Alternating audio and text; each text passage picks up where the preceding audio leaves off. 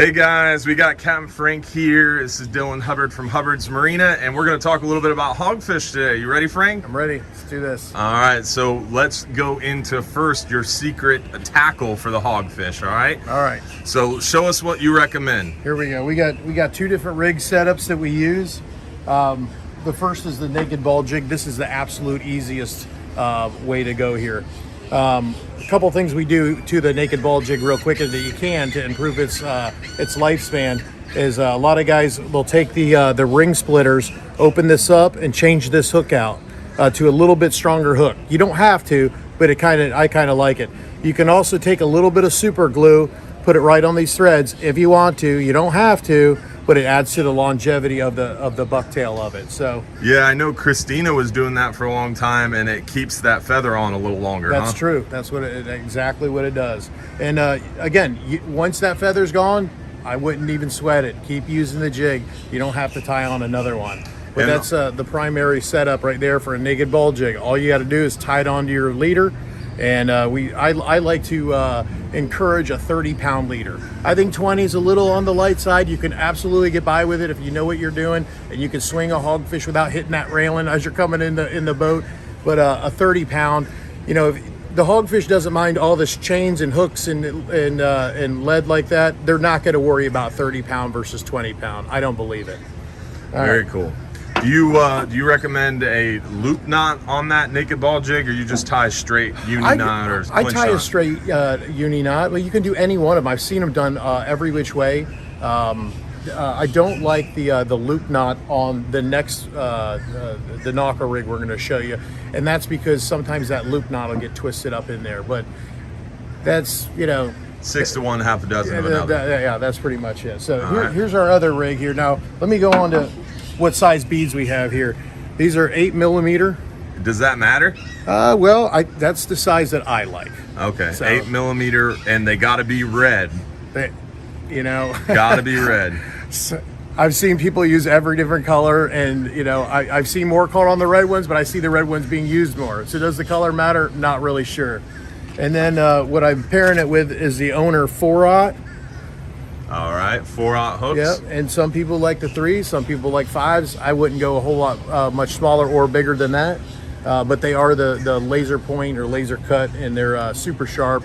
And the ones we carry in the office. We do carry these in the office. All this stuff we carry in the office. So, yeah, the beads, the naked ball jigs, right. the hooks, the weights, we got it all. And here's the setup we use. Now I like to put 4 beads on there. Smokey swears on 5. I see some people use 3, but I think it's just the clacking of the beads that may the clickety clack. The clickety clack, maybe. And this one's a 2-ounce lead. I use anywhere from a 1 to a 2. If it's under certain circumstances, you might have to use a 3, but usually the 2 is gonna get you through it. So 1 to 2 ounce lead, even up to 3 if the current's running bad. That's right. 4 to 5, maybe even 6 red beads. Don't go crazy. I think that's too crazy, Dylan. All right, 4 red beads is Frank's favorite. 30-pound again. I use 30-pound mono and 30-pound braid myself. So who gets credit for that rig? I know Smokey was trying to claim credit. Well, Dylan, I just don't honestly know how that all came about. As far as I know, Smokey was kind of the first person I've seen use it. Yeah. But those red beads were on some of the double hook rigs that people used to use, and we just thought, hey, why the heck not? And he put them together. And can you show that rig one more time? Sure. The knocker rig. Yeah, we got So it. it's essentially a knocker rig with 4 to 5 red beads, 8mm red beads, and the knocker rig means the egg sinker is just free floating on the main line. So that egg sinker is unrestricted travel up and down the leader. That's what you're talking about, right? That's it. Just like that. Very cool. All right. So Now, a lot of people had asked, now how do you fish it? Exactly. That's probably your next question. My next question, All right. How do you fish it? So it's actually quite easy. I'm going to show you. I've got a rod over here set up, and this is the way I had it set up with 3 beads. I think I was just out of beads that day. I would have gone 4. You would have gone 4. Yeah, I was running low. So, and I think I've got an 1.5 ounces on there. Again, it just varies each trip by the current. And so lighter or slower currents, you use a lighter weight. Heavier current, you'll use a little heavier weight. that's right. And I'm using the 30-pound braid, 30-pound leader, and it's super easy. I use a 2500 guy with Saltus. You can get Also available in the shop. Also available in the shop. You can range up to 4,000. I wouldn't go a whole lot heavier than the 4,000. I've seen a lot of guys bringing out those 6,000s, and they get tired pretty quick. It's a little heavier reel, but super easy to use.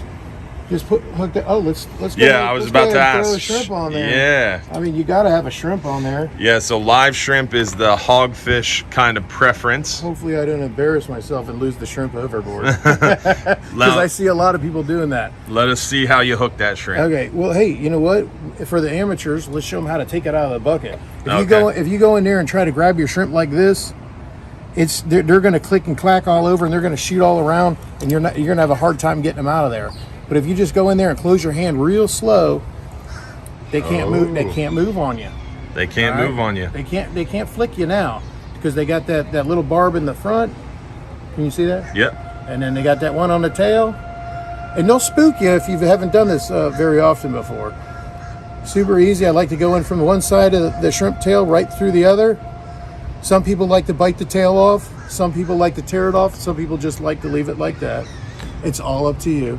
So that's in the side. So a lot of people like going underneath the bottom of the shrimp and out the top. Some people do.